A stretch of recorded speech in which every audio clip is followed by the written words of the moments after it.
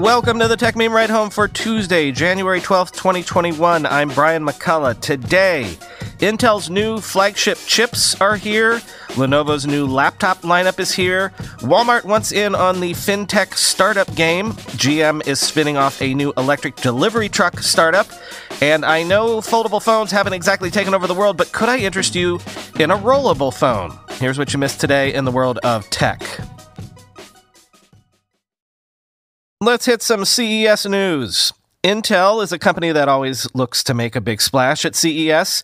Frankly, they could use a splash at the moment. So they took this week as the opportunity to unveil their new flagship 11th gen processors. The 14nm Rocket Lake Core i9-11900K. This will be their main consumer processor this year, coming in Q1 and promising up to 50% better integrated graphics performance. Quoting AnandTech, spending 5 generations on the same base microarchitecture is a long time. Progress and excitement can be sustained through optimizing a process node, adding cores, and extracting every drop of frequency. But at some point, the base design becomes the bottleneck and it's time to move on. Intel's enthusiast desktop market has been waiting for an update for a couple of generations, and while the new 11th gen Core Rocket Lake doesn't migrate off the 14nm process node, we are at least getting a new microarchitecture that stands to deliver, according to Intel, a 19% IPC improvement. Promising a Q1 launch, Intel lifted the lid a little on its next consumer flagship, the Core i9-11900K. We already know that Rocket Lake is the processor that is plugging the gap while Intel continues to work on getting 10 nanometers ready for high-performance desktop use. Rocket Lake is built upon Cypress Cove, the reimagining of Sunny Cove that has been backported to Intel's 14nm process. The goal here was to enable Sunny Cove performance and instruction support such as AVX512 on consumer 14nm, albeit with the larger core size and any related power and efficiency changes. Rocket Lake also uses Intel's new G graphics, also redesigned for 14 nanometers. Intel saw fit to build Rocket Lake, which wasn't in its original plans due to the delays on 10 nanometers, and now it seems ready to discuss its productization. Replacing Comet Lake, 5th iteration of Skylake, due to the increased size of the Rocket Lake core, Intel's flagship moves down from the 10 cores of Comet to 8 cores of Rocket, but gains AVX512 instructions, a new cache hierarchy, and up to 19% instructions per clock improvement. Meanwhile, briefly discussing the upcoming Core i9-11900K SKU in particular, Intel states that it will hit the same turbo frequencies as the current Core i9-10900K, which means we will see 5.3 GHz with one core, as well as 4.8 GHz all-core turbo. No word on the die size difference, and also no direct word on TDP. However, in the footnotes, we see that the Intel Rocket Lake Core i9-11900K is set to have a TDP PL1 of 125 watts and a PL2 turbo power limit of 250 watts with a turbo time of 56 seconds, end quote.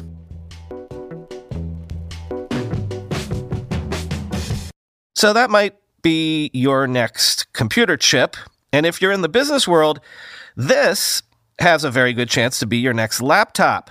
Lenovo has announced the ThinkPad X1 Titanium Yoga, which is a stunning less than half an inch thick, but still boasts a 2K touch display with 450 nits of brightness, 11th gen Intel i7 V Pro, and it all starts at $1,899, quoting The Verge.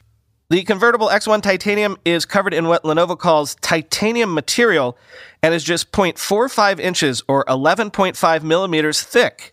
It's Intel Evo certified, meaning Intel vouches for its performance, features, and battery life, along with most of the X1 portfolio. You can configure it with up to 16 gigabytes memory and 1 terabyte of PCIe SSD storage, and it includes 5G connectivity and 2 Thunderbolt 4 ports.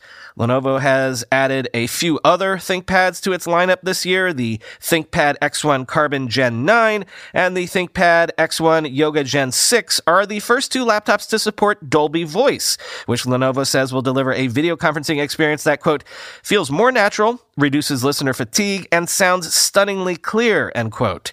They also include a low blue light feature, fingerprint readers integrated into the power button, and presence detection sensors. The X1 Carbon Gen 9 has a new 16 by 10 screen and rear venting, as well as a wider touchpad and larger battery than its previous generation. It'll be available starting at $1,429 in February 2021, end quote. Fintech is arguably the hottest sector in all of tech at the moment, and Walmart wants in. Walmart says it is launching a fintech startup with Ribbit Capital, one of the investment firms behind Robinhood. Ribbit will own the minority share in the new startup, with Walmart owning the majority share. You know how one of the dreams of fintech and even crypto has always been to reach underbanked people or folks who, say, don't have a relationship with a bank or financial advisor? I feel like it's possible a lot of Walmart customers fit that profile. Quoting CNBC, the big box retailer did not share the name of the new company or say when its services will be available. It said it will develop unique and affordable financial products for Walmart employees and customers. The fintech startup will be majority owned by Walmart, and its board will include several company executives, including Chief Financial Officer Brett Biggs and Walmart U.S. CEO John Furner. Walmart said it will also name independent industry experts to the board and may acquire or partner with other fintech companies. 6% of adults don't have a checking, savings, or money market account, according to the Federal Reserve. About 16% are underbanked, meaning they have a bank account but also use alternative financial service products like a money order. Those Americans are more likely to turn to short-term solutions such as a pawn shop or a payday loan, which can lead to additional charges or high interest fees. Walmart already offers some financial services for customers. For example, it has Walmart Money Card, a prepaid debit card that customers can load with money and use for purchases. The card has some features that encourage money management or help people who may have a challenged credit history, such as no overdraft or monthly fees and no minimum balance requirement. The retailer also offers alternative payment plans for customers on a tight budget, such as Layaway and Affirm, a fintech company that allows customers to buy an online item immediately and pay in installments, end quote. Walmart's partner here, Ribbit, is, by the way, also an investor in Affirm. Auto supplier Aptiv has announced its next-generation self-driving platform, which it claims could save up to 20 to 30% of costs for car makers who adopt it compared to its earlier system. Also, this system can be used across a range of vehicles and can be upgraded wirelessly to fix bugs and add new features, quoting Reuters. Aptiv Chief Technology Officer Glenn DeVos told Reuters the core of the new platform was the same, whether a manufacturer was building a compact car or a full-size sedan. The larger vehicles merely require more sensors or cameras. One of the biggest problems facing global car makers as they develop the sensors, radars, and cameras necessary for self-driving technology is the cost. Fully self-driving vehicles are years away, but assisted driving features such as adaptive cruise control and lane-keeping assistance are becoming more common. For car makers, developing and validating these systems can cost many hundreds of millions of dollars in development and testing, DeVos said. This platform dramatically reduces the system validation costs and represents dramatic savings for manufacturers, end quote. In 2019, Hyundai and Aptiv launched a $4 billion venture called Motional to develop self-driving technologies and be among the first to deploy fully autonomous cars on public roads. Aptiv, headquartered in Dublin, also unveiled zone controllers for car makers to break down computing functions in cars into more manageable pieces that will improve computing power and reduce vehicle weight and cost, end quote.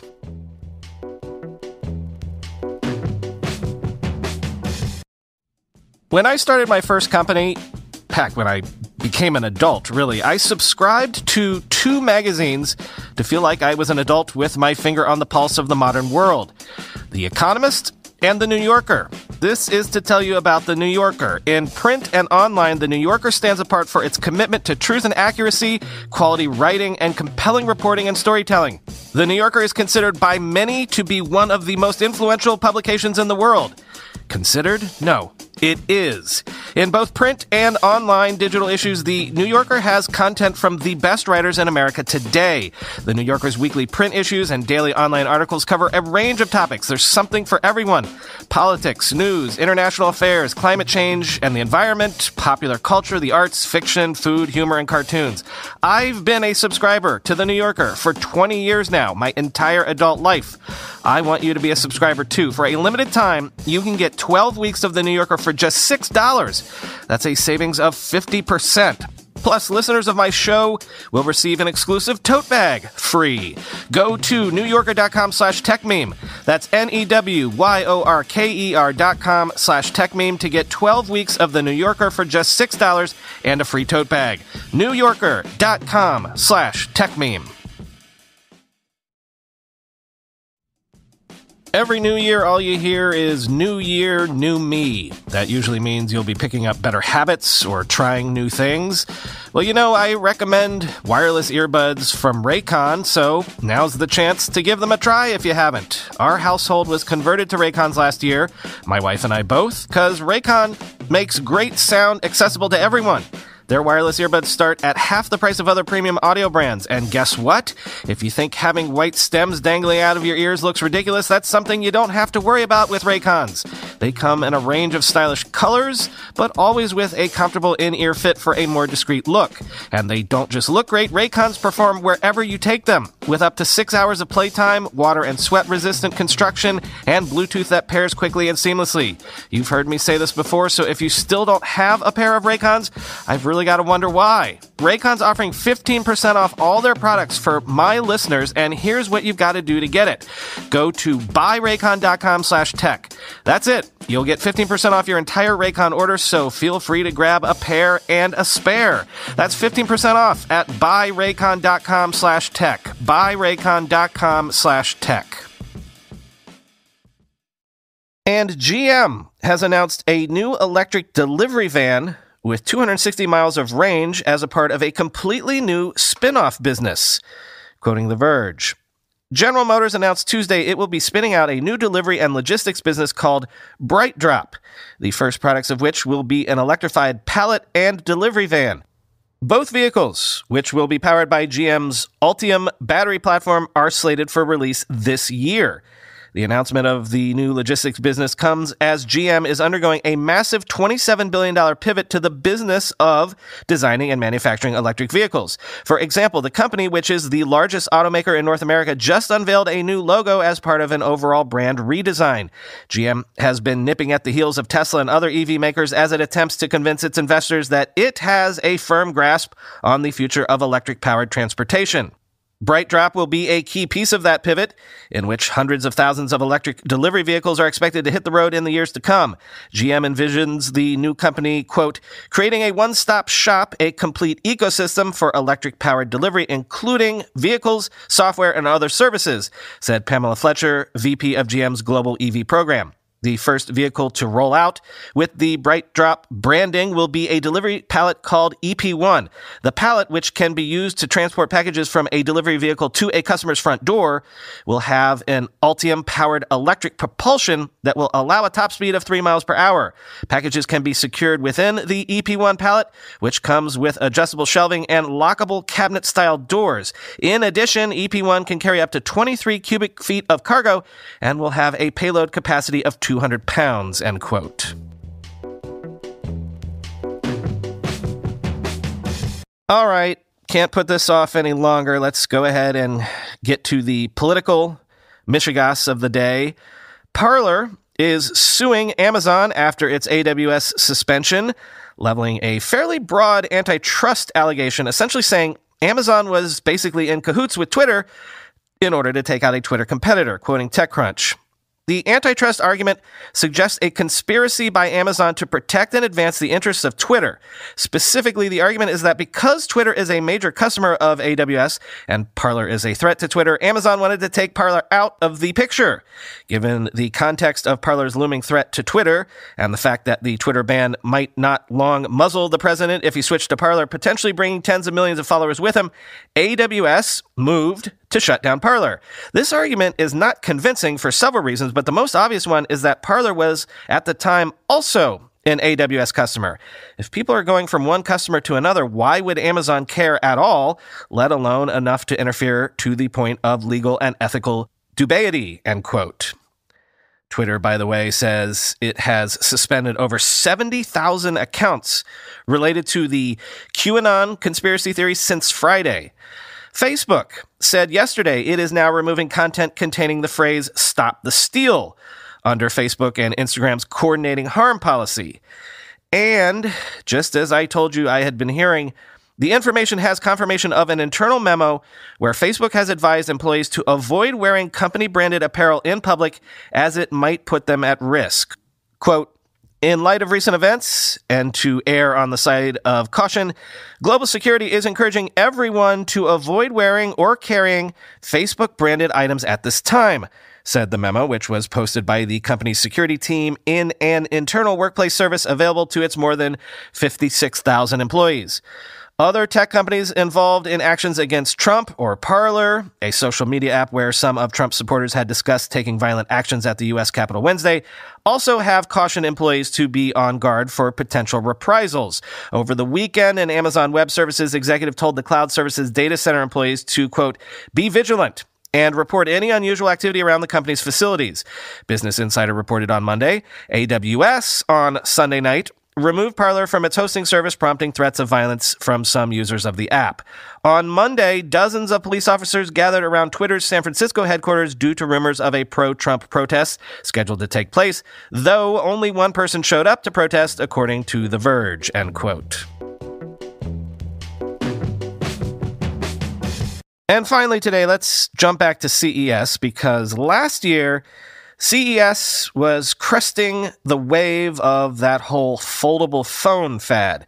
If you'll recall, I went around trying to find all the foldable phones I could to get my hands on them and see if the hype was real. And I know maybe I got hoodwinked into buying into that fad more than I should have. But hey, if we covered all that, I figure it's at least worth mentioning this. LG has a rollable phone, not a screen that folds up, but one that unrolls. And LG says it's going to launch this year. Quote, "The LG Rollable has what the company calls a unique resizable screen that extends from a phone into a small tablet display. The screen slides in and out of place to provide a bigger screen area." Quote, "Our management wanted to show that it is a real product, as there were many rumors around the rollable phone," says an LG spokesperson in a statement to Nikkei. "As it is released at CES 2021, I can tell you it will be launched this year," end quote. Nikkei also reports that LG is working with China's BOE technology group on the rollable screen technology. LG has not yet confirmed what display tech the Rollable is using or any details on the different display sizes. LG first started working on the Rollable as part of the company's Explorer project experiments. The company has used this project to previously launch its LG Wing smartphone with a rotating design and 2 OLED displays.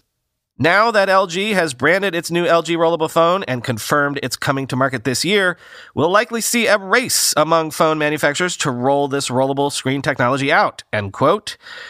To which I say, maybe. As I said, it's not like foldable phones have set the world on fire or anything. Also, given the limited promo video they've released, which you can see in the link to the story in the show notes, it's not really clear to me how this technology works, so I'm not convinced it's practical yet. We'll see, I guess.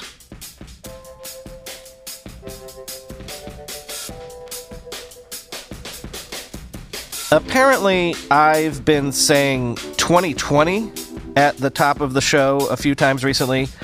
I was joking originally about forgetting that it was 2021, but it seems that it's no longer that, no longer a joke. So today in the show script, I actually wrote it out, 2021. I will point out that only a couple of you noticed, or at least only a couple of you told me that I was making that mistake. So what does that say? Either y'all are more polite than most people on the internet are, or we're all in this weird mindset where 2021 is not that far away mentally from 2020. We're kind of all in the same mental boat. Like, the distance between 2019 and 2020 seems obvious when you say it or read it. And even if it were 2022, I feel like I wouldn't be making the same mistake. I bet that 2022 would be enough of a distance from 2020 to do the trick, but for whatever reason, that 1 in there in 2021 just doesn't feel substantial enough to make an impact, at least on my brain. This has been Deep Number Thoughts with Jack Handy. Talk to you tomorrow.